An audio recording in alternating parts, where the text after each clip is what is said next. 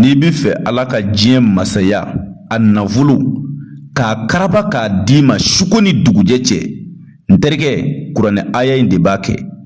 Bilahi n'i ye nin kɛ, Ala bi diɲɛ karaba k'a d'i ma, danfɛn si se t'o la. Ala bi nafolo karaba k'a d'i ma, i kanu bi don adamadenw dusukun na, n'i ma fɛn si se t'a la bilahi. N terikɛ, sini bɛɛ nin kɔrɔbɔ n'i ye min y'a la fɔ garibukɛ ye. Wallahi billahi n'i bi fɛ ka da dɔɔni na, n terikɛ taa nin kɔrɔbɔ. Ni sini ka di ye, wala ta dɔrɔn i ka kuranɛ aya in sɛbɛn siɲɛ 77. Tabaraka lezi biyadihil mulku wa huwa ala kulli shay'in qadirun. A sɛbɛn siɲɛ 77 i ka nasi bɔ. N'i y'a nasi bɔ, a kɛ Ala kama i ka don kungo kɔnɔ, i ka zaban kuru 3, zɛrɛnjɛ kuru 3 i k'a bɔ ka na n'i ye cɛ ye. N'i ye muso ye, zaban kuru 4, zɛrɛnjɛ kuru 4 i b'a bɔ ka na, i bɛna kɛ bɔgɔdaga kɔnɔ, i b'a tobi, i bɛ ji k'a kan k'a tobi. N'a mɔna i b'a furaji bɔ ka kɛ filen kura kɔnɔ, filen min ma deli ka utiliser. I bɛ sɔrɔ ka tabaraka lezi nasi in ta, i b'o kɛ a furaji kan.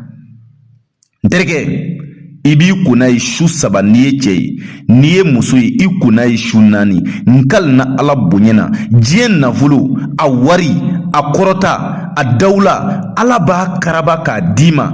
N'i ma fɛn si se t'o la, danfɛn si se t'o la.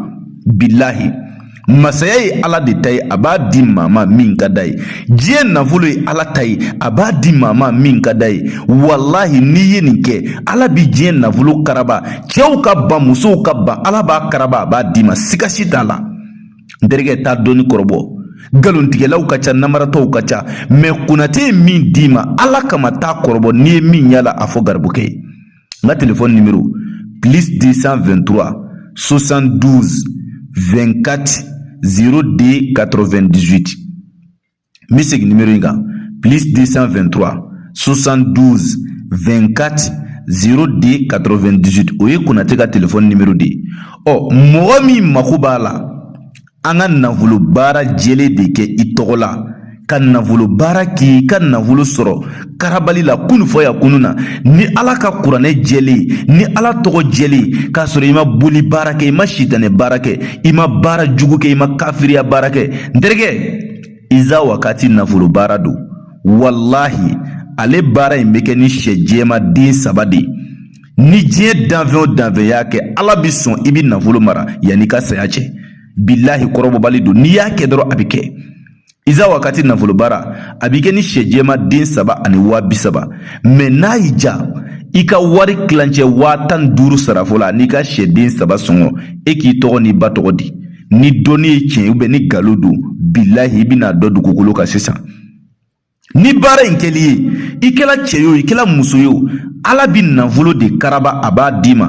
Kunu fɔ ya kunu na a t'i yɛlɛma, danfɛn si se t'a la. Iza Wakati baara n'a kɛla cɛ o cɛ, a kɛla muso o muso ye, i bɛ nafolo mara. N y'a f'i ye cogoya min na o de don, baara in bɛ kɛ 70,000, mais n'a ka di ye, i ka wari kilancɛ 15,000 n'i ka sɛsɔngɔ dama sara, i k'i tɔgɔ ni ba tɔgɔ di, i k'i sigi ka Konate lajɛ. Wallahi n'a y'a sɔrɔ i ye kɔrɔ ni tile bi boli ka dɛsɛ, maa ma sɔrɔ min ye nafolo baara k'i ye fiyewu, ou bien u y'a k'i ye a ma ɲɛ, n'i nana Konate ka Iza Wakati baara kɛ, o don i bɛ da dɔɔni na.